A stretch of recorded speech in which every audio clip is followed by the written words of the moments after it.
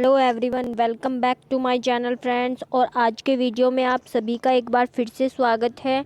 आज के वीडियो में फ्रेंड्स हम आपका जो बीएड सेकेंड ईयर का कंपलसरी पेपर होता है नॉलेज, लैंग्वेज एंड करिकुलम का, उसमें से जो आपका करिकुलम वाला सिलेबस है उसको डिटेल में बिल्कुल एक क्विक रिवीजन करते हुए इम्पोर्टेंट पॉइंट्स के साथ डिस्कस करेंगे। और यहाँ पे मैं आपके साथ आपका जो ये सब्जेक्ट है इसकी यूनिट 4 और यूनिट 5 को डिस्कस करने वाली हूँ। तो आई होप ये वीडियो आपके लिए हेल्पफुल रहेगा। और यहाँ पे जो मैं रिवीजन आपके साथ करने वाली हूँ ये बिल्कुल डिटेल में तो नहीं कहूँगी, लेकिन टू द पॉइंट है। और अगर आप इसको 1 से 2 बार देख लेते हैं और मल्टीपल टाइम इसको रिवाइज करते हैं तो आपका एग्ज़ाम में यहाँ से एक भी क्वेश्चन रॉन्ग नहीं होगा, फिर चाहे वो किसी भी टाइप का हो, लॉन्ग, शॉर्ट या वेरी शॉर्ट।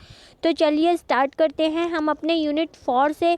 और यूनिट 4 में सबसे पहले बताया गया है आपको करिकुलम के बारे में। यहाँ पे मैं आप लोगों को सबसे पहले करिकुलम और सिलेबस में डिफरेंट बता देती हूँ। देखिए फ्रेंड्स, करिकुलम में जो आपके स्कूल में क्लासरूम के अंदर जो आपको टीचर टीचिंग कराता है, इसके अलावा आपके सिलेबस से रिलेटेड जो टीचर ने क्लासरूम में कराया वो क्या था, वो था आपका सिलेबस जिसके आपके पास बुक्स हैं। लेकिन इसके अलावा जो आपने होमवर्क घर से किया, जो टीचर ने आपको असाइनमेंट प्रोजेक्ट्स दिए, जो एक्स्ट्रा करिकुलर एक्टिविटीज़ टीचर ने आपसे करवाई, वो सभी पार्ट ऑफ करिकुलम है। यानी कि स्कूल से संबंधित जितनी भी आपकी गतिविधियां हैं, चाहे फिर वो प्रेयर हो या फिर असेंबली में जाना हो या फिर आपकी जो भी आपकी पीटी वगैरह करवाई जाती है, ये सभी पार्ट ऑफ करिकुलम है। जबकि सिलेबस जो है आपकी, जिसके पास पाठ्य पुस्तकें हैं, यानी कि आपकी पाठ्य पुस्तकों में जो कंटेंट दिया गया है वही आपका सिलेबस है। ये दो चीज़ें आपको क्लियर होनी चाहिए। और सिलेबस में बहुत सारी यूनिट होती है और एक यूनिट में जो है बहुत सारे लेसन्स हो सकते हैं, बहुत सारे पॉइंट्स हो सकते हैं, तो ये आपने याद रखना है। अब हम देख लेते हैं कि करिकुलम की एटिमोलॉजी क्या है, अर्थात शाब्दिक रूप से करिकुलम कहते किसे हैं। तो करिकुलम शब्द जो हमारा बना है ये बना है आपके हिंदी के पाठ्यचर्या और इंग्लिश के करिकुलम से। और इंग्लिश में जो करिकुलम वर्ड है इसको लैटिन भाषा के शब्द क्यूरेरे से लिया गया है, जिसका अर्थ होता है दौड़ का मैदान। यानी कि आप क्या करते हैं, आप दौड़ के एक लक्ष्य को प्राप्त करते हैं। उसी तरह से करिकुलम का उद्देश्य भी आपने जो आपका ऑब्जेक्टिव रखा है, यानी कि क्लास को पास करके नेक्स्ट क्लास में जाने का, उसी को पाने में आपकी हेल्प करता है। तो वही क्या है, वही करिकुलम है। इसी से आपको दौड़ के मैदान को कंपेयर करना है। देखिए फ्रेंड्स, इसके बाद एक नॉर्मल अगर शब्दों में कहूँ तो विद्यालयी शिक्षा के उद्देश्यों की प्राप्ति हेतु, यानी कि जो आपके एजुकेशनल ऑब्जेक्टिव्स होते हैं, नियोजित रूप से जो कुछ भी किया जाता है, चाहे फिर वो विद्यालय के अंदर हो या फिर विद्यालय के बाहर हो, यानी कि क्लासरूम के अंदर या फिर आउट ऑफ क्लासरूम, फिर वो चाहे आपके घर पे भी किया गया हो, उस सब को पाठ्यचर्या या पाठ्यक्रम कहते हैं। अब हम डेफिनेशंस देख लेते हैं। फ्रोबेल के अकॉर्डिंग पाठ्यक्रम को संपूर्ण मानव जाति के संपूर्ण ज्ञान एवं अनुभवों का निचोड़ अर्थात सार समझा जाना चाहिए। देखिए फ्रेंड्स, फ्रोबेल ने पाठ्यक्रम को ब्रॉड टर्म्स में जो है वो डिफ़ाइन किया है, यानी कि इन्होंने इसको विस्तार से डिफ़ाइन किया है। करिकुलम आपका एक जो वीक है उसके दौरान भी हो सकता है, एक ईयर के दौरान भी हो सकता है, एक सेंचुरी के दौरान भी हो सकता है। यानी कि करिकुलम का लेवल आप जितना बढ़ाते जाएंगे उतना ही बड़ा इसका जो सब्जेक्ट मैटर है वो होता जाएगा। तो यहाँ पे फ्रोबेल की जो परिभाषा है वो इसी चीज़ को डिफ़ाइन करती है कि पाठ्यक्रम जो है वो संपूर्ण मानव जाति के ज्ञान और उसके जो अनुभव है, उसके जो एक्सपीरियंसेस हैं, उन्हीं का निचोड़ समझा जाना चाहिए। इसके बाद कनिंघम के अनुसार, और मुझे ये परिभाषा बहुत पसंद है, आप इसको अच्छे से समझेंगे तो याद हो जाएगी। पाठ्यक्रम कलाकार के हाथों में वह यंत्र है जिसके माध्यम से वह अपनी वस्तु को अपने कला कक्ष में अपने अपने आदर्शों के अनुसार ढालता है। यानी कि कलाकार कौन है, कलाकार आपका टीचर है। और यंत्र क्या है, वो है आपका पाठ्यक्रम, या साधन क्या है आपका, वो है पाठ्यक्रम। और टीचर की जो वस्तु है वो क्या है, वो है उसका स्टूडेंट और उसका कला कक्ष, जहाँ पे वो अपनी कला का प्रदर्शन कर रहा है, यानी कि अपनी टीचिंग स्किल्स को दिखा रहा है, वो क्या है, वो है आपका क्लासरूम। और अपने आदर्शों, यानी कि अकॉर्डिंग टू स्कूल के रूल्स जहाँ पे वो स्टूडेंट को ढालता है, वही सब मिलकर जो है वो पाठ्यक्रम कहलाते हैं। तो इस चीज़ को आपने याद रखना है कि पाठ्यक्रम कलाकार के हाथों में वह यंत्र या साधन है जिसके माध्यम से वह अपनी वस्तु को अपने कला कक्ष में अपने आदर्शों के अनुसार ढालता है। अब नेक्स्ट पॉइंट आता है आपका पाठ्यक्रम की आवश्यकता। देखिए फ्रेंड्स, यहाँ पे टीचर है और एक स्टूडेंट है। जब टीचर स्टूडेंट को सिखा सकता है तो करिकुलम की नीड ही क्या है, यानी कि अगर टीचर के पास ज्ञान है तो वो डायरेक्ट बच्चे को क्यों नहीं दे देता, उसको करिकुलम की क्या आवश्यकता है। तो सबसे पहला पॉइंट आता है कि बच्चे के ज्ञान को एक्सप्लोर करने के लिए और उसको बताने के लिए कि जो उसके मन में डाउट्स आते हैं वो नेक्स्ट टाइम पढ़ के क्लियर हो जाएं या फिर और ज़्यादा डाउट्स आए, इसके लिए पाठ्यक्रम की आवश्यकता है। और एक अच्छा उनके बीच में कन्वर्सेशन हो, इसके लिए भी पाठ्यक्रम की आवश्यकता है। क्योंकि अगर टीचर बच्चे को सिर्फ बता देगा, व्याख्यान दे देगा, तो बहुत सारे पॉइंट्स जो है वो सुनने मात्र से याद नहीं होते और बच्चा जो है बहुत सारी चीज़ों को भूल जाएगा और वो अपने नॉलेज को एक्सप्लोर नहीं कर पाएगा। तो सबसे पहला पॉइंट तो यही होता है।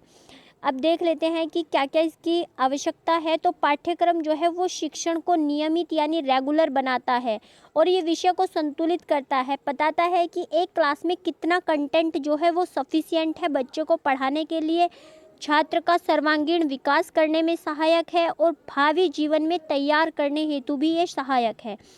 शिक्षण प्रक्रिया को भी व्यवस्थित करता है, क्योंकि देखिए अगर टीचर जो है कुछ पढ़ा रहा है और वो पढ़ाते पढ़ाते बहुत ज़्यादा एक्सप्लोर करता चला गया चीज़ों को, तो वो बच्चे के आउट ऑफ माइंड हो जाएंगे। लेकिन अगर आपके पास करिकुलम होगा तो वहाँ पे दिया होता है कि आपको किसी पॉइंट को किस लिमिट तक बच्चे को पढ़ाना है, तो वो आपके टीचिंग को जो है वो वेल मैनेज्ड कर देता है। इसके अलावा छात्रों में अभिरुचियाँ उत्पन्न करने हेतु अगर आपके पास कोई पाठ्यक्रम है और बच्चे को उसमें इंटरेस्ट आ जाता है तो वो उसको मल्टीपल टाइम पढ़ेगा और उसको समझने की कोशिश भी करेगा, जिससे कि बच्चे का इंटरेस्ट क्रिएट होता है। इसके अलावा पाठ्यक्रम जो है वो आजीविका और व्यावसायिक विकास हेतु भी सहायक है। अगर देखिए फ्रेंड्स, ये लॉन्ग में पूछा जाता है तो आप जो है इसको हेडिंग बनाकर भी लिख सकते हैं। यहाँ पे आप ऐसे लाइंस को छोटा करके इनको हेडिंग बना देंगे और फिर इनके बारे में डिटेल से लिख देंगे। ठीक है, इसके बाद आते हैं आपके आदर्श पाठ्यक्रम के उद्देश्य। ये 2018 में पूछे गए हैं। तो एक आदर्श जो आइडल करिकुलम होता है उसके क्या उद्देश्य रहते हैं। तो उसका सबसे पहला उद्देश्य रहता है बच्चे को एक ह्यूमन बनाना, एक उसमें मनुष्य का निर्माण करना, उसमें मनुष्यता को लाना। और इसमें क्या होता है, उसका सर्वांगीण विकास होता है। शारीरिक, मानसिक, सामाजिक, इकोनॉमिकल सभी तरह का डेवलपमेंट जो है वो करिकुलम का उद्देश्य है। इसके अलावा शिक्षण का जो ऑर्गेनाइजेशन है, टीचिंग के संगठन में ये सहायक है। टीचिंग को ऑर्गेनाइज करता है कि कब, क्या, कैसे और किन परिस्थितियों में बच्चे को पढ़ाना है। इसके अलावा करिकुलम जो है वो हमारे कल्चर को जो है एक पीढ़ी से दूसरी पीढ़ी में भी ट्रांसफ़र करता है। भाई देखिए, आपने किसी करिकुलम को बना दिया तो जो नेक्स्ट आने वाली जनरेशन है वो भी उसको पढ़ेगी, तो हमारी जो कल्चर एक्टिविटीज़ हैं, जो हमारी कल्चर है वो हमारी पीढ़ी से नेक्स्ट पीढ़ी को भी जाएगी। इसके अलावा करिकुलम जो है वो जागरूकता लाता है, यानी कि आपको आपके जो कर्तव्य हैं, आपके जो अधिकार हैं, उनके प्रति आपको ये जागरूक बनाता है। इसके अलावा करिकुलम जो है वो आपको भविष्य के लिए तैयार भी करता है। और जीवन कला विकसित करना, करिकुलम का जो उद्देश्य होता है वो बच्चे में आर्ट ऑफ लिविंग डेवलप करना होता है। इसके बाद आते हैं कि पाठ्यक्रम का क्या मूल्य है, यानी कि वैल्यूज़ क्या है पाठ्यक्रम की, पाठ्यक्रम का क्या वैल्यू आपके लाइफ में रहता है। तो सबसे पहला जो पाठ्यक्रम का वैल्यू है वो ये है कि ये शैक्षणिक जो आपके उद्देश्य होते हैं, जो एजुकेशनल ऑब्जेक्टिव्स होते हैं, उनको अचीव करने में हेल्पफुल रहता है। इसके अलावा ये सिलेबस को जो है वो निर्धारित करने में भी सहायक रहता है। देखिए, पाठ्य वस्तु और पाठ्यचर्या या पाठ्यक्रम, इन तीनों चीज़ों में डिफरेंस करना सीखिए। पाठ्य वस्तु मतलब होता है आपका सिलेबस। कहीं कहीं पे पाठ्य वस्तु को पाठ्यचर्या के लिए भी यूज कर लिया जाता है, तो यहाँ पे आप इंग्लिश टर्म का यूज करेंगे और उसको डिफाइन करने की कोशिश करेंगे। इसके अलावा शिक्षण विधियों के निर्धारण में भी जो है वो पाठ्यक्रम सहायक होता है। आप ऐसे भी कह सकते हैं कि पाठ्यक्रम जो है वो स्टूडेंट के लिए या टीचर के लिए किस तरह सहायक है, तो उसमें भी आप इन पॉइंट्स को लिख सकते हैं। भाई जब आपके पास पाठ्यक्रम होगा तो आपको पता होगा कि आप इस कंटेंट में कौन सी टीचिंग मेथड का यूज करके बच्चे को पढ़ा सकते हैं। इसके बाद आता है विषय सामग्री के विभाजन में सहायक, मतलब आपके पास अगर करिकुलम है तो आप उसको डिवाइड भी कर सकते हैं और उसको जो सब्जेक्ट वाइज है वैसे भी उसको आप अलग अलग डिवाइड करके पढ़ा सकते हैं। करिकुलम जो है वो बच्चे के चरित्र निर्माण में सहायक होता है और उसके पर्सनैलिटी का भी डेवलपमेंट जो है वो करता है। इसके अलावा जो है ये रिसर्च में भी हेल्पफुल रहता है। इसके अलावा शैक्षिक और दार्शनिक प्रवृत्तियों को दर्शाने में भी जो है वो आपका करिकुलम हेल्पफुल रहता है। अब यहाँ पे 2018 में एक क्वेश्चन पूछा गया था कि पाठ्यक्रम, पाठ्यवस्तु और यूनिट में डिफरेंस बताइए। तो पाठ्यक्रम तो मैं आपको पहले ही डिफाइन कर चुकी हूँ, लेकिन इसके बाद भी मैंने लिखा है यहाँ पे कि पाठ्यक्रम वह सब कुछ है जो एक विद्यार्थी को, एक स्टूडेंट को एक निश्चित और संपूर्ण कार्यकाल में घेरे रहता है। यानी कि वो जो निश्चित कार्यकाल है वो आपका 1 ईयर भी हो सकता है, 2 ईयर भी हो सकता है, सेमेस्टर वाइज भी हो सकता है। भाई आपका बीएड 2 साल का कोर्स है जिसमें आपको पाठ्यक्रम मिलता है और वो सब कुछ आपको 2 ईयर्स के अंदर ही कंप्लीट करना होता है। तो यहाँ पे एक निश्चित कार्यकाल दिया होता है। इसके बाद आता है पाठ्यवस्तु, सिलेबस। पाठ्यवस्तु शब्द का प्रयोग क्रमबद्ध, स्पष्ट और विषयवार। यहाँ पे सबसे इम्पोर्टेंट टर्म आता है विषयवार, यानी कि सब्जेक्ट वाइज जो आपको कंटेंट पढ़ना होता है वही आपका सिलेबस होता है और उसकी विस्तृत रूपरेखा तैयार की जाती है। इसके बाद आता है इकाई, और इकाई की डेफिनेशन दी है प्रेस्टन ने। प्रेस्टन एक विद्वान थे जिन्होंने बताया है कि किसी विषय वस्तु का विद्यार्थी द्वारा एक निश्चित समयावधि में आत्मसात किया जाने वाला भाग है। यानी कि कोई भी एक जो आपका सब्जेक्ट का सिलेबस है उसमें से जो पॉइंट्स आपको एक निश्चित अवधि में पढ़ने हैं, यानी कि किसी भी निश्चित अवधि में जो पॉइंट्स आपको पढ़ने हैं वो एक यूनिट का भाग होते हैं। एक यूनिट में कई चैप्टर्स हो सकते हैं। इसके बाद आपका आता है कि अच्छी यूनिट की विशेषताएं बताइए। तो एक अच्छी यूनिट में क्या विशेषताएं होनी चाहिए? भाई यूनिट वाइज कंटेंट होगा तो आपका ये विषयवार बट जाएगा। फिर भाई एक विषय यूनिट्स में भी बटा होता है ना, तो एक अच्छी यूनिट की क्या विशेषताएं हैं? अच्छी यूनिट में जो है उसके ऑब्जेक्टिव्स स्पष्ट तथा ठीक से प्रभावित होने चाहिए। प्रत्येक इकाई संभावित उप इकाइयों यानी कि सब यूनिट्स में बटी होनी चाहिए और सब यूनिट्स जो है वो टॉपिक्स में बटी होनी चाहिए। मूल्यांकन पक्ष एक इकाई का महत्वपूर्ण भाग होता है, यानी कि इसमें इवैल्यूएशन के मेथड भी होने चाहिए और आपको पता होना चाहिए कि आप कैसे इवैल्यूएट करने वाले हैं। इकाई का संबंध जीवन और विषय पाठ्यक्रम से होना चाहिए, मतलब कि जो यूनिट आपने किसी भी सब्जेक्ट के सिलेबस में दी हुई है उसका संबंध उस सब्जेक्ट से और बच्चे की लाइफ से होना चाहिए। एक अच्छी इकाई को व्यक्तिगत विभिन्नताओं पर आधारित होना चाहिए, यानी कि यहाँ पे जो इंडिविजुअल डिफरेंसेस बच्चों में पाए जाते हैं उनका भी ध्यान जो है वो रखा जाना चाहिए। इसके बाद आते हैं लेवल्स ऑफ यूनिट, और ये वेरी शॉर्ट में पूछा गया और यहाँ पे ज़्यादातर लोगों का क्वेश्चन गलत हुआ था।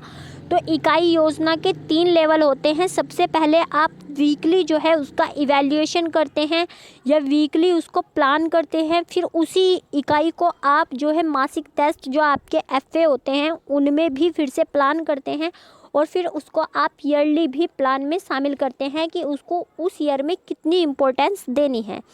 इसके बाद आता है स्ट्रक्चर ऑफ यूनिट, यानी कि इकाई की संरचना आप कैसे करेंगे। आपको किसी सब्जेक्ट में किसी एक यूनिट की संरचना करनी है, आपको कोई एक यूनिट बनानी है किसी सब्जेक्ट से रिलेटेड, तो आप किन किन बातों को ध्यान में रखते हुए उस यूनिट का निर्माण करेंगे। सबसे पहले तो आप टॉपिक देखेंगे कि इसमें आपको टॉपिक कौन कौन से शामिल करने हैं, फिर उनकी इम्पोर्टेंस देखेंगे कि आप इस सब्जेक्ट से रिलेटेड इसकी कितनी इम्पोर्टेंस इस टॉपिक में देख रहे हैं। उसके बाद संभावित उद्देश्यों की सूची बनाएंगे, यानी कि आप जो है क्या क्या ऑब्जेक्टिव्स आपके फुलफिल इससे हो रहे हैं उनकी एक लिस्ट बनाएंगे।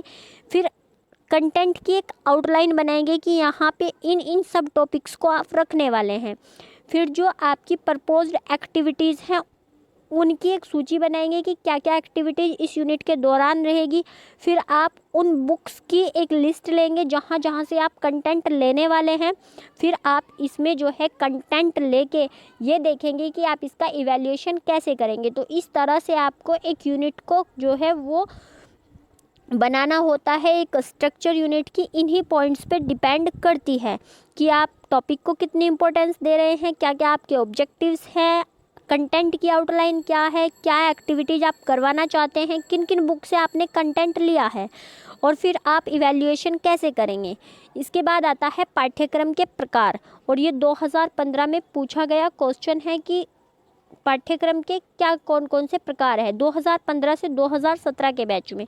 तो सबसे पहला पाठ्यक्रम होता है आपका विषय केंद्रित, जो कि सब्जेक्ट सेंटर्ड रहता है, यानी कि इसमें जो है ज़्यादा फोकस सब्जेक्ट पे किया जाता है कि किस सब्जेक्ट का सिलेबस, किस सब्जेक्ट का करिकुलम आप तैयार कर रहे हैं। दूसरा होता है एक्सपीरियंस लर्निंग बेस्ड, और यहाँ होता है कि बच्चे के एक्सपीरियंसेस को ध्यान में रखा जाता है, बच्चे ज़्यादा से ज़्यादा लर्निंग बाय डूइंग करते हैं। इसके बाद आता है एक्टिविटी बेस्ड करिकुलम, यानी कि यहाँ पे ज़्यादा से ज़्यादा बच्चों से एक्टिविटी करवाई जाती है और उनका इवैल्यूएशन भी एक्टिविटी बेस्ड ही रहता है। फोर्थ आता है चाइल्ड सेंटर्ड करिकुलम, और ये सबसे बेस्ट है क्योंकि यहाँ पे जो है वो चाइल्ड की जो मेंटल एज है, जो उसका फिज़िकल है, जो उसकी एबिलिटीज़ हैं, जो उसके इंटरेस्ट है, उन सभी को ध्यान में रखा जाता है और बच्चे के अकॉर्डिंग ही इस सिलेबस, इस करिकुलम को डिज़ाइन किया जाता है। शिल्प कला केंद्रित पाठ्यक्रम, क्राफ्ट ओरिएंटेड करिकुलम या क्राफ्ट सेंटर्ड करिकुलम, और ये है आपका नई तालीम का सिलेबस जहाँ पे हस्तकला, शिल्प कला को ज़्यादा इम्पोर्टेंस दी जाती है।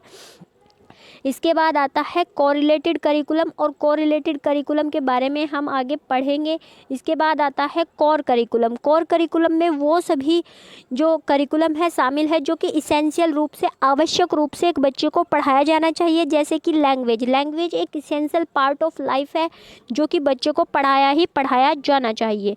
इसके बाद यहाँ पे बताई गई है कि आधुनिक पाठ्यक्रम में क्या क्या आलोचना है, और ये की है आपके मुदालियर आयोग, जिसको कि आप कहते हैं माध्यमिक शिक्षा आयोग, जो कि 1952 में शायद आया था, और इसने आधुनिक पाठ्यक्रम में निम्नलिखित कमियां बताई हैं। इन्होंने कहा है कि आधुनिक पाठ्यक्रम का जो दृष्टिकोण है वो असंकुचित है, यानी कि बहुत ज़्यादा संकुचित दृष्टिकोण है यहाँ पे, असंकुचित नहीं संकुचित आएगा। इसके बाद आएगा कि ये जीवन से रिलेटेड नहीं है, जीवन से असंबंधित है, और ये ज़्यादातर जो है वो पुस्तकीय और सैद्धांतिक है। इसके अलावा यहाँ पे जो आपके इंडिविजुअल डिफरेंसेस पाए जाते हैं उनका भी ध्यान नहीं रखा गया है, और जो आपका करिकुलम है इसको एग्ज़ाम ओरिएंटेड बनाया गया है, यानी कि यहाँ पे ज़्यादा फोकस जो है वो एग्ज़ाम पे किया गया है, ना कि बच्चे पे। इसके अलावा यहाँ पे टेक्नोलॉजी और जो आपका वोकेशनल एजुकेशन है इस पे फोकस नहीं किया गया है, बल्कि आपको रटने पे ज़्यादा फोकस किया गया है, आपको बुक्स को पढ़ने पे ज़्यादा फोकस किया गया है, और ये स्कूल के बाहर की दुनिया से दूर है, यानी कि इसको स्कूल के बाहर की लाइफ से जो है वो नहीं जोड़ा गया है।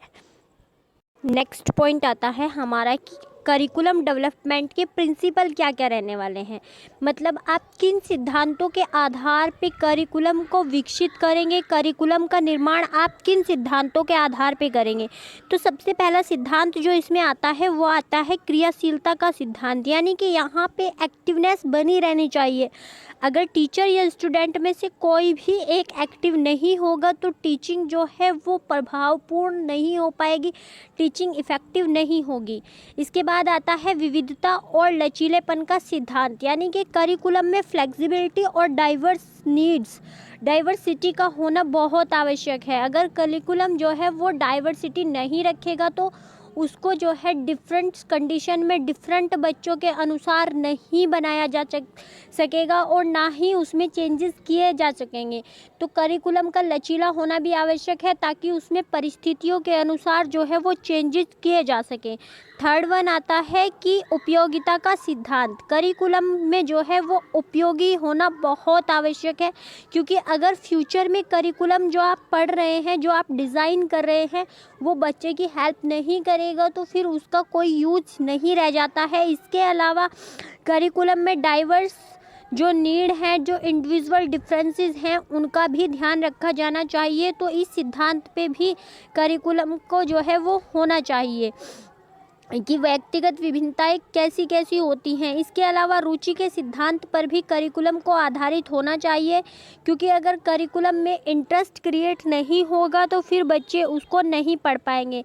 इसके अलावा करिकुलम जो है वो सामाजिक आदर्शों पर भी आधारित होना चाहिए, क्योंकि एटलीस्ट बच्चे को एजुकेशन लेके अपनी सोसाइटी में जाना है और सोसाइटी में जो उसका योगदान रहेगा वही जो है उसकी पहचान, उसकी शिक्षा की पहचान और उसके एक आदर्श व्यक्ति के रूप में पहचान बनाएगा। तो यहाँ पे सामाजिक आदर्शों का सिद्धांत भी अत्यंत आवश्यक है। इसके अलावा मनोवैज्ञानिक और जो रीजनिंग है उसके कर्म का सिद्धांत भी करिकुलम में होना चाहिए।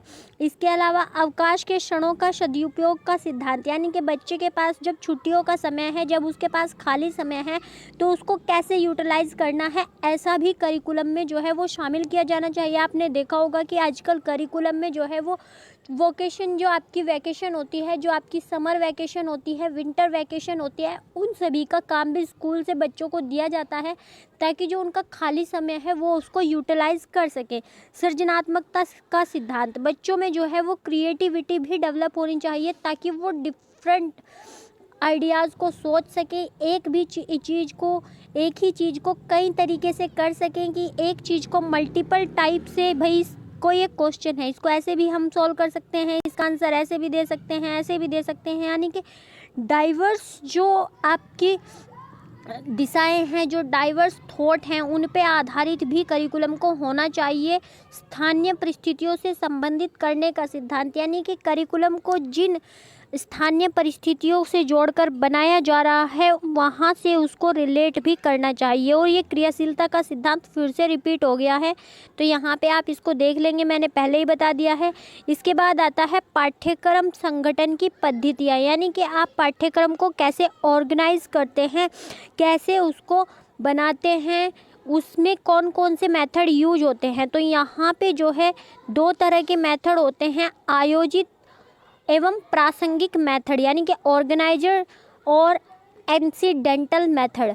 इनमें क्या होता है कि इसमें पाठ्यक्रम का विकास तथा अधिगम योजना विधि पर आधारित होता है, यानी कि आपका जो योजना विधि है, जो प्रोजेक्ट मेथड है, उस पे आधारित जो पाठ्यक्रम है वो कैसे डेवलप किया जाता है, वो आयोजित और प्रासंगिक पद्धति द्वारा किया जाता है। इसके बाद आता है आपका उपकेंद्रीय एवं सकेंद्रीय पद्धति, और ये प्रीवियस ईयर में पूछा गया है।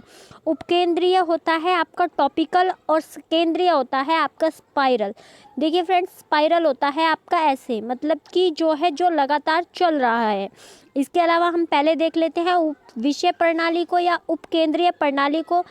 इसके अंतर्गत क्या होता है कि इसमें विभिन्न कक्षाओं के लिए बालकों के मानसिक स्तर और आयु के अनुसार उप विषय निर्धारित किए जाते हैं कि ये उप विषय आपको पढ़ने हैं, और पूर्णतः उसी वर्ष की कक्षाओं में समाप्त कर दिए जाते हैं, यानी कि जो सब्जेक्ट आपने एक क्लास में पढ़ाया है उसको उसी क्लास में कंप्लीट कर देंगे, नेक्स्ट क्लास से अलग सब्जेक्ट आ जाएगा। लेकिन सकेंद्रीय प्रणाली में क्या होता है कि एक ही सब्जेक्ट को लगातार अलग अलग क्लासेस में पढ़ाया जाता है, यानी कि ऐसे पहले आपने एक लेवल में पढ़ाया, फिर सेकंड में, फिर थर्ड में, एक ही सब्जेक्ट को आप लगातार क्लासों में पढ़ा रहे हैं लेकिन उसमें कंटेंट लिमिटेड रखा है।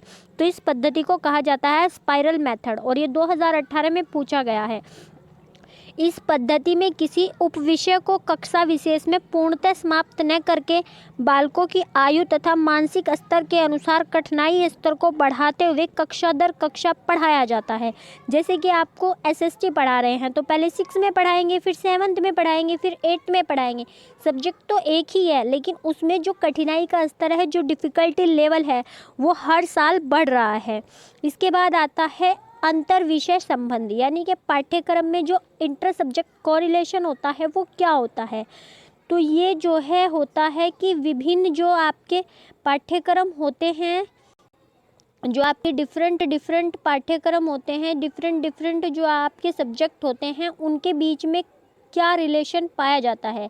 यानी कि विभिन्न विषयों के विषय वस्तु के मध्य जो आपके विभिन्न सब्जेक्ट हैं उनका जो कंटेंट है उसके मध्य जो आपस में संबंध पाया जाता है उसे ही अंतर विषय सह संबंध कहते हैं, इंटर सब्जेक्ट कोरिलेशन कहते हैं। डॉक्टर जाकिर हुसैन ने इसके बारे में कहा है कि समस्त विषयों की शिक्षा वास्तविक जीवन, सामाजिक और प्राकृतिक वातावरण संबंधी समस्या के द्वारा दी जानी चाहिए, जिससे बालक की शिक्षा विकासोन्मुख क्रियाशीलता में घुल सके।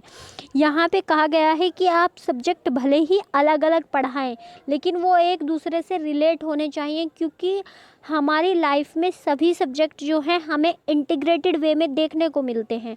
भाई आप किसी हिस्टोरिकल पैलेस पे गए तो वहाँ पे साइंस का यूज भी हो रहा है, वहाँ पे आपका जो प्राचीन काल है उसका यूज भी हो रहा है, यानी कि हिस्ट्री और साइंस दोनों आपस में जुड़ी हुई हैं। तो इसी तरह अदर सब्जेक्ट्स में भी कोरिलेशन होना चाहिए, ताकि लाइफ में उनको एज अ वोल हम देख सकें और उनको समझ सकें। अंतर विषय सह संबंध के प्रकार कितने होते हैं? तो ये एकिक सह संबंध, पारस्परिक, कोलेटरल और गुणांक सह संबंध 3 प्रकार का होता है। ये बिल्कुल याद रख लेना है कि ये यूनिलेटरल, कोलेटरल और फिर इसके बाद आता है आपका मल्टीलेटरल, 3 तरह का होता है। एकिक सह संबंध में क्या होता है? एकिक मतलब एक ही विषय की विभिन्न शाखाओं में, एक सब्जेक्ट की विभिन्न ब्रांचेज होती हैं। जैसे कि हिस्ट्री है, हिस्ट्री में आपकी मेडिवियल हिस्ट्री, आपकी प्राचीन इतिहास, आपका जो आधुनिक इतिहास है वो, मध्यकालीन इतिहास, और जो आपकी वर्ल्ड हिस्ट्री है, विश्व इतिहास, इन अलग अलग शाखाओं में इसको बांटा जा सकता है। तो ये क्या हुआ, इन सभी के बीच में जो संबंध पाया जाएगा वो होता है आपका एकिक सह संबंध, यानी यूनिलैटरल सह संबंध। इसके बाद आता है कि एक ही विषय की किसी एक ही शाखा के प्रकरणों में पाया जाने वाला संबंध, यानी कि कोई एक सब्जेक्ट है, मान लीजिए आपने उठा लिया है आपका मेडिवियल हिस्ट्री, यानी कि मध्यकालीन भारत, और उसकी विभिन्न ब्रांचेज हैं। जैसे कि आपके मध्यकालीन भारत में आपके चोल, चेर, पांडे, आपके मुगल, ये सभी अलग अलग जो है वो प्रकरण हैं, अलग अलग टॉपिक्स हैं एक ही विषय के। तो इनके बीच में जो संबंध पाया जाता है, यानी कि एक ही टाइम पे चल रहे थे, लेकिन उस टाइम पे इनके बीच में जो डिफरेंसेस थे और उनमें जो कोरिलेशन था, उनमें जो संबंध था, वही आपका पारस्परिक कोरिलेशन कहलाता है। यानी कि कोलेटरल क्या है, ये एक ब्रांच के डिफरेंट टॉपिक्स में पाए जाने वाला संबंध है, जबकि ये एक सब्जेक्ट के विभिन्न ब्रांचेज में पाए जाने वाला संबंध है। देखिए मैं इस पे ज़्यादा जोर दे के आपको समझा रही हूँ ताकि आपको अच्छे से समझ आ जाए। इसके बाद आता है मल्टीलैटरल, और जैसे कि मल्टी का मतलब ही होता है कि अलग अलग चीज़ें, तो यहाँ पे एक सब्जेक्ट का दूसरे सब्जेक्ट से पाया जाने वाला सह संबंध ही गुणांक सह संबंध कहलाता है। इसे रेखीय सह संबंध, हॉरिजॉन्टल कोरिलेशन भी कहते हैं। तो यहाँ पे आपसे शॉर्ट में भी पूछा जा सकता है कि रेखीय सह संबंध क्या होता है। तो एक सब्जेक्ट का दूसरे सब्जेक्ट से, जैसे कि आपका है इंग्लिश लिटरेचर, लेकिन इसके अलावा जो लिटरेचर लिखा हुआ है वो लैंग्वेज में भी लिखा होगा ना, इंग्लिश लैंग्वेज में लिखा हुआ है, यानी कि यहाँ पे भाषा और जो उसका साहित्य है उन दोनों के बीच में संबंध पाया जाता है, जबकि ये दोनों अलग सब्जेक्ट है। अब साहित्य जो है वो साइंस से रिलेटेड भी हो सकता है, क्योंकि वहाँ पे जो इंग्लिश का साहित्य है आपने लिख दिया और उसमें साइंस में जो लगातार प्रयोग हो रहे हैं उनको भी उससे जोड़ दिया, तो ये क्या हुआ, यहाँ पे साइंस से भी इसका रिलेशन हो गया। इसी तरह से आप देख सकते हैं जैसे कि आपकी हिस्ट्री, भाई किसी चीज़ को कितनी पुरानी है ये पता लगाने के लिए आपको साइंस का यूज करना पड़ेगा, तो ये क्या हुआ, ये हिस्ट्री और आपके जो है साइंस के मध्य संबंध हो गया। अब इसी तरह से अगर आप प्राचीन भारत की अर्थव्यवस्था देखेंगे और आज की अर्थव्यवस्था देखेंगे, तो यहाँ पे जो है दोनों को कंपेयर करके आप इकोनॉमिक्स और हिस्ट्री का रिलेशन बना सकते हैं। तो इसी तरह से जितने भी सब्जेक्ट होते हैं वो इंटर रिलेटेड होते हैं, और यही इंटर रिलेशन जो होता है ये उनका गुणांक सह संबंध कहलाता है। अब इसके बाद आता है अंतर विषय इंटर जो कोरिलेशन है, इसके क्या लाभ हैं, तो इससे क्या होता है कि इससे किसी भी सब्जेक्ट का जो ज्ञान है वो बारीकी से हो जाता है, और समस्या का जो हल होता है वो एक्सपीरियंशियल लर्निंग के तहत होता है। इससे जो बालक का डेवलपमेंट होगा वो ओवरऑल होगा, और डिफरेंट टाइप्स से वो है जो है सोच सकेगा, यानी कि बच्चे का सर्वांगीण विकास होगा। अध्यापक के दृष्टिकोण को व्यापक बनाने में सहायक। जब हम इस तरह से बच्चों को जोड़ जोड़ के पढ़ाएंगे तो टीचर का जो डेवलपमेंट है, टीचर का जो दृष्टिकोण है वो भी जो है लगातार बढ़ता जाएगा, उसकी समझ बढ़ती जाएगी और फिर वो अपने बच्चों को भी बहुत अच्छे ढंग से बता सकेगा। इसके अलावा जब इसमें इतने सारे गुण हैं तो यहाँ पे कुछ हानियाँ भी होंगी इससे। तो इससे कुछ हानियाँ भी होती हैं, जैसे कि आपके कल्चरल जो सब्जेक्ट होते हैं, ऐसे सब्जेक्ट्स को ऐसे पढ़ाना पॉसिबल नहीं है क्योंकि उसमें कंटेंट बहुत ज़्यादा हो जाएगा और बच्चा जो है कंफ्यूज हो सकता है। इसके अलावा इसको आप ऊंची कक्षाओं में नहीं पढ़ा सकते क्योंकि वहाँ पे सब कुछ होच पोच हो जाएगा और बच्चे जो हैं उसको डिफ्रेंशिएट नहीं कर पाएंगे। छोटी कक्षाओं में आप उस बच्चे के इन्वायरमेंट से जोड़ के छोटे छोटे टॉपिक्स को पढ़ा सकते हैं, जैसे कि आपका होता है पर्यावरण। पर्यावरण में सभी कुछ आ जाता है, तो यहाँ पे छोटी कक्षाओं में इसको पढ़ा सकते हैं, लेकिन बड़ी कक्षाओं में इससे पढ़ाना संभव नहीं है। और सभी टीचर्स इतने एबिलिटी नहीं रखते हैं कि इस तरह की अप्रोच को, इस तरह के टीचिंग स्किल का यूज कर पाए, तो यहाँ पे सभी टीचर्स के द्वारा भी इसका प्रयोग संभव नहीं होता। इसके अलावा सारी जो आपकी टीचिंग सर्कमस्टांसेस होती हैं, जो आपकी शैक्षणिक परिस्थितियाँ होती हैं, वहाँ पे भी इसको यूज़ नहीं किया जा सकता। और फ्रेंड्स, मुझे लगता है कि ये क्वेश्चन इस बार पूछा जा सकता है क्योंकि यहाँ से प्रीवियस ईयर में शॉर्ट क्वेश्चन आ चुका है, तो लॉन्ग भी यहाँ से पूछा जा सकता है। इसके बाद आते हैं आपके पाठ्यक्रम विकास या फिर निर्माण करने के क्या क्या चरण होते हैं, क्या क्या सोपान होते हैं, और ये जो है किसी न किसी आधार पे हर साल पूछा जाता है और ये आप अपने लॉन्ग क्वेश्चन में क्वेश्चन को बड़ा करने के लिए भी डाल सकते हैं। तो पाठ्यक्रम का निर्माण जो होता है ये 5 स्टेप्स में होता है। सबसे पहले आप देखेंगे कि क्या परिस्थितियां हैं, मतलब किन परिस्थितियों में आप किसी करिकुलम को डेवलप करना चाहते हैं। वहाँ पे परिस्थितियां आपकी आंतरिक भी हो सकती हैं और बाह्य भी हो सकते हैं। फिर आप ऑब्जेक्टिव्स देखेंगे कि आप जो करिकुलम डेवलप करना चाहते हैं, जो पाठ्यक्रम आप बनाना चाहते हैं, उसके आपके ऑब्जेक्टिव क्या क्या है, मतलब आप किन किन उद्देश्यों को उस पाठ्यक्रम को बना के प्राप्त करना चाहते हैं। फिर आप देखेंगे कि इस पाठ्यक्रम में जो ऑब्जेक्टिव्स आपने रखे हैं उनको आप कौन से कंटेंट द्वारा, कौन से सिलेबस के द्वारा प्राप्त कर सकते हैं और उसको आपको कैसे ऑर्गेनाइज करना है, कैसे यूनिट्स में उसको बांटना है, कैसे चैप्टर्स में बांटना है। फिर आप देखेंगे कि इसमें कौन कौन सी टीचिंग मेथड लगेंगी और कैसे आप उन टीचिंग मेथड्स को ऑर्गेनाइज करेंगे। देन उसके बाद आपने देखना है कि जो आपने करिकुलम डिज़ाइन किया है, जो आपने बनाया है, जिसकी आप टीचिंग करवाएंगे, उसका इवैल्यूएशन कैसे करेंगे, यानी कि वहाँ पे आप लेसन वाइज क्वेश्चन देने वाले हैं या फिर आप यूनिट वाइज क्वेश्चन आंसर को रखने वाले हैं, मतलब एक यूनिट कराने के बाद कैसे आप बच्चों का टेस्ट लेंगे। तो यहाँ पे मूल्यांकन परिविधि का निर्धारण किया जाता है और इन्हीं 5 स्टेप्स में किसी भी करिकुलम का डेवलपमेंट किया जाता है। इसके बाद एक आती है आपकी चक्रीय प्रक्रिया। तो जो पाठ्यक्रम की चक्रीय प्रक्रिया होती है, इसमें 4 पॉइंट होते हैं। सबसे पहला पॉइंट यहाँ पे आता है कि आपके टीचिंग ऑब्जेक्टिव्स क्या हैं। उसके बाद आता है कि आपके जो टीचिंग पॉइंट्स क्या रहेंगे, यानी कि आपका जो कंटेंट है वो क्या रहने वाला है। सबसे पहले आए आपके टीचिंग ऑब्जेक्टिव्स, फिर आपका सिलेबस आता है, फिर आप उसको जो है कैसे इवैल्यूएट करते हैं और देन उस पे बच्चे को आप फीडबैक क्या क्या देते हैं कि कैसे बच्चा खुद में इम्प्रूवमेंट करे। तो ये होती है पाठ्यक्रम विकास की चक्रीय प्रक्रिया। चक्रीय प्रक्रिया में 4 ही पॉइंट होते हैं। सबसे पहला टीचिंग ऑब्जेक्टिव, शिक्षण उद्देश्य, सेकंड वन सिलेबस यानी कि पाठ्य वस्तु, फिर उसका इवैल्यूएशन यानी कि आपका टेस्ट, देन उसके बाद आता है रीइंफोर्समेंट यानी कि आपका पुनर्बलन यानी पृष्ठपोषण। इसके बाद यहाँ पे नेक्स्ट इम्पोर्टेंट टॉपिक जो आता है वो आता है कंपोनेंट्स ऑफ करिकुलम डिज़ाइन, यानी कि पाठ्यक्रम अभिकल्प के घटक। करिकुलम को आप डिज़ाइन कर रहे हैं तो वहाँ पे कौन कौन से कंपोनेंट इसेंशियल हैं, किन किन कंपोनेंट्स को आपको यूज़ करना है। तो यहाँ पे कंपोनेंट्स भी 4 ही होते हैं और इसकी पहले डेफिनेशन देख लेते हैं। तो पाठ्यक्रम योजना के विभिन्न अंशों की व्यवस्था पाठ्यचर्या अभिकल्प कहलाती है। यानी कि आप जो करिकुलम के लिए प्लानिंग कर रहे हैं तो उसको कैसे आप ऑर्गेनाइज करेंगे, यही आपका करिकुलम डिज़ाइन कहलाता है और इसे पाठ्यचर्या संगठन या पाठ्यक्रम संरचना भी कहते हैं। तो यहाँ पे इसके नाम अलग अलग हो जाते हैं, जैसे कि करिकुलम ऑर्गेनाइजेशन और करिकुलम स्ट्रक्चर और इसको करिकुलम डिज़ाइन, इन 3 नामों से जानते हैं।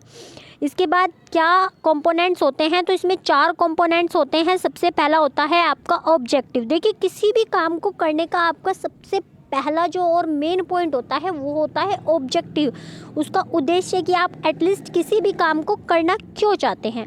फिर वहाँ पे सेकंड आ जाते हैं आपका कंटेंट, यानी कि आपका जो कंटेंट है वो कौन सा रखने वाले हैं, कौन सी चीज़ों को, कौन से टॉपिक्स को आप यूज़ करेंगे। फिर उसके बाद आते हैं कि उससे क्या लर्निंग एक्सपीरियंस निकल के आएगा। मतलब पहले आपने एक ऑब्जेक्टिव रख लिया कि मुझे क्लास 6 में पढ़ना है, ये मेरा ऑब्जेक्टिव था। फिर मैंने क्लास 6 का जो कंटेंट है, जो भी आपका सिलेबस है, जो भी करिकुलम है, वो मैंने पढ़ लिया। देन उससे जो एक्सपीरियंसेस मुझे हुए वो मैंने ले लिए। देन उसके बाद उनका मूल्यांकन होगा। तो यही 4 कंपोनेंट जो हैं वो आपके करिकुलम डिज़ाइन करने में भी एक टीचर को लगाने होते हैं कि टीचर सबसे पहले अपने उद्देश्यों को निर्धारित करेगा, फिर सिलेबस देखेगा, फिर उससे क्या एक्सपीरियंस बच्चा ले सकेगा ये देखेगा, और फिर देखेगा कि उसका इवैल्यूएशन कैसे होगा।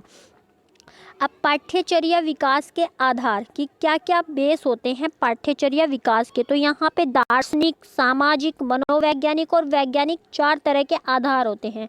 और दार्शनिक में ये चारों रहते हैं आपके प्रकृतिवाद, आदर्शवाद, प्रयोजनवाद और यथार्थवाद।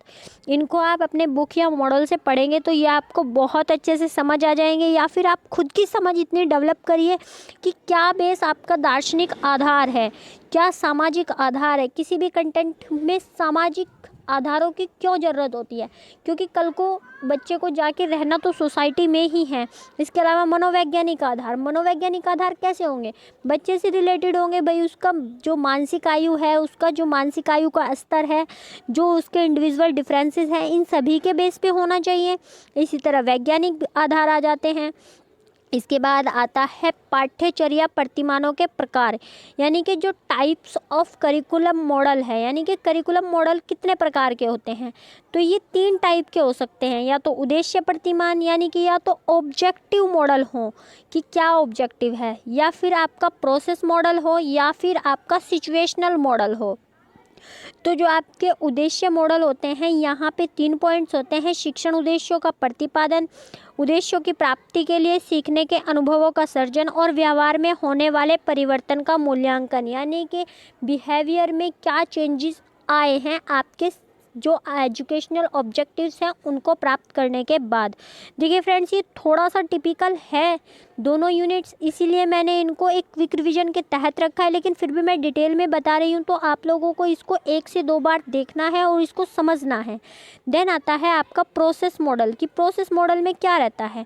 तो प्रोसेस मॉडल में आप जो है वो सिलेबस की हेल्प लेंगे और उससे बच्चों में मानवीय गुणों का विकास करेंगे। और जो आपका सिचुएशनल मॉडल रहता है, यहाँ पे परिस्थितियों को महत्व दिया जाता है, यानी कि आप जब टीचिंग कर रहे हैं या फिर आप कोई करिकुलम डिज़ाइन कर रहे हैं, उस टाइम पे सिचुएशन क्या है, एट द टाइम उसकी नीड क्या है। मतलब देखिए करिकुलम जो है वो समय की आवश्यकताओं के अनुसार परिवर्तित होता रहता है। तो जो करिकुलम का मॉडल है वो उस टाइम की सिचुएशन पे भी बेस्ड होना चाहिए। अब नई शिक्षा नीति के तहत जो करिकुलम बनाया जाएगा वो आज की परिस्थितियों के अनुसार बनाया जाएगा, क्योंकि आज जो है एडवांस लेवल की चीज़ों की आवश्यकता है। तो यानी कि जो करिकुलम के मॉडल हैं वो आपके या तो ऑब्जेक्टिव बेस्ड होते हैं, या फिर प्रोसेस बेस्ड होते हैं, या फिर आपके सिचुएशनल बेस्ड होते हैं। इसके बाद आते हैं पाठ्यचर्या उपागम के प्रमुख पहलू, यानी कि main aspects of curriculum approaches. अब करिकुलम डेवलपमेंट की कौन कौन सी अप्रोचेज रहती हैं, तो इनमें 2 अप्रोचेज इंपॉर्टेंट रहती हैं कि आपका जो करिकुलम डेवलपमेंट होगा, जो पाठ्यक्रम का विकास होगा, या तो वो टीचर सेंटर्ड हो या फिर स्टूडेंट सेंटर्ड हो। इसके अलावा कुछ और अप्रोचेज भी इसमें रखी जाती है, जैसे सब्जेक्ट सेंटर्ड, जैसे कि आपके विस्तृत क्षेत्र, यानी कि यहाँ पे आप सारे जो आपके स्कोप्स होते हैं उनको मिला के एक इंटीग्रेटेड अप्रोच तैयार करें। देन आपकी सामाजिक समस्या केंद्रित, यानी कि उस टाइम पे आपकी सोसाइटी में क्या क्या प्रॉब्लम्स है उनको आप ध्यान में रख के अप्रोच यूज़ करें। या फिर अध्येता, यानी कि जो आपका लर्नर है, जो आपका बच्चा है, उसको सेंटर में रख के इन सभी को मिला के आप अगर इन सभी अप्रोचेज़ को यूज करके करिकुलम डिज़ाइन करते हैं तो वो इफ़ेक्टिव रहता है। और इसमें सबसे ज़्यादा इम्पोर्टेंट हो जाता है चिल्ड्रन सेंटर्ड, यानी कि स्टूडेंट सेंटर्ड जो अप्रोच है वो आपको रखनी है इन सभी को मिलाते हुए। इसके बाद इस वाले आपके यूनिट का सबसे इम्पोर्टेंट टॉपिक आ जाता है हिल्दा तांबा मॉडल। यानी कि हिल्दा तांबा मॉडल क्या है। सबसे पहले तो हिल्दा तांबा मॉडल जो है ये करिकुलर डेवलपमेंट का एक मॉडल है, जिसका एक और नाम भी है ग्रास रूट मॉडल या फिर रेशनल मॉडल, सहसंबंध मॉडल। इसके बाद तांबा मॉडल का जो विकास है, जो डेवलपमेंट है, ये 1962-1963 में हुआ है। और ये जो आपका मॉडल है ये आगमनात्मक उपागम पर आधारित है, यानी कि आपके इंडक्टिव अप्रोच पे आधारित है। इसके अलावा ये टीचर जो अप्रोच है, टीचर सेंटर्ड जो अप्रोच है उस पर आधारित है। लेकिन यहाँ पे जो सेंटर पॉइंट है, जो केंद्र बिंदु है, उससे में जो है छात्र को रखा गया है, यानी कि छात्र के इर्द गिर्द होते हुए भी ये टीचर जो है इसमें एक फैसिलिटेटर का काम करेगा। अब इस पे जो बुक लिखी है हिल्दा तांबा ने, उसका नाम है curriculum development theory and practice. ये आपने याद रखना है, 1 नंबर में पूछी जा सकती है कि हिल्दा तांबा की बुक का नाम बताइए, curriculum development theory and practice. अब हम देख लेते हैं कि इसमें चरण कितने होते हैं। तो हिल्दा तांबा जो मॉडल है इसमें 7 चरण होते हैं। सबसे पहले आप बच्चे की आवश्यकता को पहचानेंगे कि क्या नीड है बच्चे की, सोसाइटी की, या फिर उस टाइम की जिस टाइम पे आप करिकुलम डेवलपमेंट कर रहे हैं उस टाइम पे क्या नीड है। फिर आप ऑब्जेक्टिव्स का निर्धारण करेंगे, यानी कि ऑब्जेक्टिव्स देखेंगे कि क्या क्या उद्देश्य हैं आपके उस करिकुलम को डेवलपमेंट करने के लिए। फिर आप कंटेंट का सिलेक्शन करेंगे, आप देखेंगे कि कौन कौन सा कंटेंट आपने रखना है। फिर आप उस कंटेंट को ऑर्गेनाइज करेंगे। फिर आप देखेंगे कि इस कंटेंट को ऑर्गेनाइज करने के बाद क्या क्या लर्निंग एक्टिविटीज़, क्या क्या लर्निंग एक्सपीरियंसेस मिलने वाले हैं उनका आप चयन करेंगे। फिर उन जो आपके लर्निंग एक्सपीरियंसेस हैं उनको जो है ऑर्गेनाइज करेंगे स्टेप बाय स्टेप, यानी कि पहले आप बच्चे को छोटा अनुभव देंगे, फिर उसी को एक्सप्लोर करके बड़ा बनाएंगे। देन आप करेंगे इवैल्यूएशन। तो इस तरह से फिर आप इवैल्यूएशन मेथड्स रखेंगे कि बच्चे का इवैल्यूएशन आप कैसे करेंगे। इन 7 पॉइंट्स को ध्यान में रखते हुए आप जो है हिल्दा तांबा के अनुसार करिकुलम को डिज़ाइन कर सकते हैं। इसके बाद आता है विद्यालय में पाठ्यक्रम विकास की नई प्रवृत्ति, यानी कि न्यू ट्रेंड्स कौन कौन से हैं जिससे कि हम जो है एक अच्छा करिकुलम डेवलपमेंट कर पाएँ। तो जो आपका करिकुलम है वो आपका फ्यूचर ओरिएंटेड होना चाहिए, यानी कि फ्यूचर पर विशेष दृष्टि होना चाहिए। और पाठ्यक्रम जो है वो विस्तृत और व्यापक होना चाहिए। शिक्षा में व्यावसायीकरण पर जोर। भाई पढ़ लिख के क्या करना चाहते हैं, पढ़ लिख के हम एक व्यवसाय ही तो करना चाहते हैं, पढ़ लिख के हम कुछ ना कुछ ऐसा करना चाहते हैं कि हम अपने जीवन में आजीविका अच्छे से कमा सकें। तो यहाँ पे व्यावसायीकरण पर, वोकेशनल एजुकेशन पर भी जोर होना चाहिए। इसके अलावा पाठ्यक्रम की जो बोझिलता है उसको कम करना, पाठ्यक्रम में फ्लेक्सिबिलिटी लाना और विषयों का विभिन्नीकरण, अधिगम प्रक्रिया में परिवर्तन, यानी कि जो आपका टीचिंग मेथड अभी चल रहा है उसमें क्या क्या चेंजेस ला के बच्चों की नीड के अनुसार उसको किया जा सकता है। इसके अलावा तकनीकी, व्यावसायिक और सामान्य विषयों का संतुलित समावेश। इसके बाद लास्ट पॉइंट यहाँ पे हमारा आ जाता है करिकुलम परिवर्तन, यानी कि आपका जो पाठ्यक्रम है उसमें परिवर्तन क्यों आवश्यक है और क्या कहलाता है और क्या इसकी नीड है और उसको प्रभावित करने वाले तत्कालीन फैक्टर्स कौन कौन से होते हैं। तो पाठ्यक्रम परिवर्तन का प्रमुख आधार आपका सामाजिक, व्यावसायिक और मानवीय आवश्यकताओं का बदलना है, यानी कि जैसे जैसे आपकी सोशल नीड्स, आपकी वोकेशनल नीड्स और जो ह्यूमन की नीड्स हैं वो चेंज होती जाती हैं, वैसे ही आपका करिकुलम भी चेंज होता जाता है। हिल्दा तांबा के अनुसार पाठ्यक्रम परिवर्तन का अर्थ एक प्रकार से संस्था को परिवर्तित करना है। और इसमें जो फैक्टर्स काम करते हैं उनको देख लेते हैं।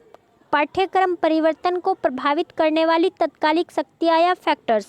इसमें सबसे पहली शक्तियाँ होती हैं आपकी आर्थिक, सामाजिक और जो पॉपुलेशन रिलेटेड आपके फैक्टर्स हैं, यानी कि उस टाइम पे जो आपकी इकोनॉमिकल नीड है वो क्या है, सोशल नीड क्या है और जो जनसंख्या है उसकी नीड क्या है। इसके अलावा टेक्नोलॉजिकल जो आपका डेवलपमेंट है वो भी इसको प्रभावित करता है। देन आपकी पॉलिटिकल जो आपकी शक्तियाँ हैं, पॉलिटिकल जो पावर है वो भी इसको इफेक्ट करती है, और ज्ञान में तीव्र वृद्धि, इसके अलावा शैक्षिक वृद्धि, ये सभी जो हैं इसको प्रभावित करती हैं। इसके बाद आता है पाठ्यक्रम परिवर्तन के मार्ग में आने वाली प्रमुख बाधाएं, यानी कि आप करिकुलम को चेंज करना चाहते हैं, जैसे कि अब नई एजुकेशन पॉलिसी के अनुसार करिकुलम चेंज किया जाएगा, तो वहाँ पे कौन कौन सी बाधाएं अब आएंगी। तो सबसे पहली बाधा तो यही आएगी कि हमारी जो परंपराएं हैं जो पहले से चली आ रही हैं, हमारे उनके प्रति प्रेम और झुकाव की वजह से हम करिकुलम को चेंज नहीं कर पाते हैं। इसके अलावा समुचित नियोजन का अभाव भी इसके आने वाली एक प्रमुख बाधा है, यानी कि आप अच्छे से प्लानिंग अगर नहीं कर पाते हैं तो आप करिकुलम चेंज को नहीं कर पाएंगे। इसके अलावा शिक्षकों की जड़ता एवं रूढ़िवादिता, यानी कि कुछ टीचर्स ऐसे भी होते हैं जो प्राचीन विधियों पर ही टिके रहने होते हैं। इसके अलावा राष्ट्रीय हठधर्मिता, और फिफ्थ पॉइंट आता है अभिमत या आस्था में विभेद करने में असमर्थता, यहाँ भी आप करिकुलम चेंज नहीं कर पाते हैं। अब बच्चे के अनुसार आप करिकुलम में क्या चेंज कर सकते हैं, क्या क्या चेंज आपको करने चाहिए। तो यहाँ पे आपको जो है छात्रों का सर्वांगीण विकास करना, सभ्यता और जो कल्चर है आपका उसका हस्तांतरण करना और उसको डेवलप करना, बच्चे का नैतिक और चारित्रिक विकास करना, ये सभी करिकुलम चेंज में शामिल हैं जो कि आपके लर्नर सेंटर्ड होने चाहिए। इसके अलावा बालक की मानसिक शक्तियों का विकास करना, बालक को भावी जीवन के लिए तैयार करना और शैक्षिक प्रक्रिया का स्वरूप निर्धारित करना। इसके अलावा बालकों में गतिशील लचीले मस्तिष्क का विकास करना, बालकों की रचनात्मक और सृजनात्मक शक्तियों का विकास करना। इसके बाद फ्रेंड्स कुछ छोटे छोटे टॉपिक हैं जिन पे आपको टिप्पणी लिखने के लिए कहा जाता है, जिसमें सबसे पहला पॉइंट आता है आपका कोर पाठ्यक्रम का, और इसकी उत्पत्ति अमेरिका में हुई है। कोर या केंद्रीय पाठ्यचर्या वह होती है जिसमें कुछ विषयों को छात्रों को अनिवार्य रूप से पढ़ना होता है और कुछ विषयों के चुनाव की विविध विषयों के विकल्प में से कर सकता है, यानी कि आपको 3 या 4 सब्जेक्ट दे देगा जिसमें से एक को आपको चूज करना है। तो यहाँ पे जो है आपको फ्रेंड्स कोर पाठ्यक्रम में यही होता है। इसके बाद आता है आपका अंतर विषयी उपागम, यानी कि इंटर रिलेटेड अप्रोच, और संपूर्ण ज्ञान एक इकाई इसमें समझा जाता है और विभिन्न विषयों को आपस में संबंधित करके पढ़ाने से बच्चे का ज्ञान जो है वो स्थायी होता है, और इसमें विषयों को अलग अलग ना करके इंटीग्रेटेड अप्रोच से पढ़ाया जाता है। और ये छोटी कक्षाओं के लिए उपयोगी होता है क्योंकि उस टाइम पे बच्चा जो है वर्ल्ड को एज अ वोल देखता है, उसको नहीं पता होता कि कौन सी चीज़ कौन से सब्जेक्ट से रिलेटेड है। इसके बाद आता है आपका सक्रिय पाठ्यक्रम, यानी कि एक्टिविटी सेंटर्ड जो करिकुलम है वो, और इसका प्रावधान RTE जो राइट टू एजुकेशन है, शिक्षा का अधिकार अधिनियम है, इसके अध्याय 5 की धारा 29(2) में किया गया है। और इसके कुछ चरण होते हैं, कुछ सोपान होते हैं, जैसे कि इसमें सबसे पहले आपका समस्या का प्रस्तुतिकरण किया जाता है, फिर योजना का निर्माण, उसके बाद कार्यविधि, फिर योजना का पर्यवेक्षण, यानी कि जो योजना आपने बनाई है उसको ऑब्जर्व करते हैं, देन इवैल्यूएशन। तो फ्रेंड्स यहाँ पे हमने जो आपका करिकुलम वाला सेक्शन है वो सारा देख लिया है, और इसको मैंने बहुत अच्छे से जो है वो आपको बताने की कोशिश करी है। तो अगर आपको ये वीडियो पसंद आता है तो लाइक, शेयर और सब्सक्राइब ज़रूर करें। Thanks for watching this video. Bye bye, take care.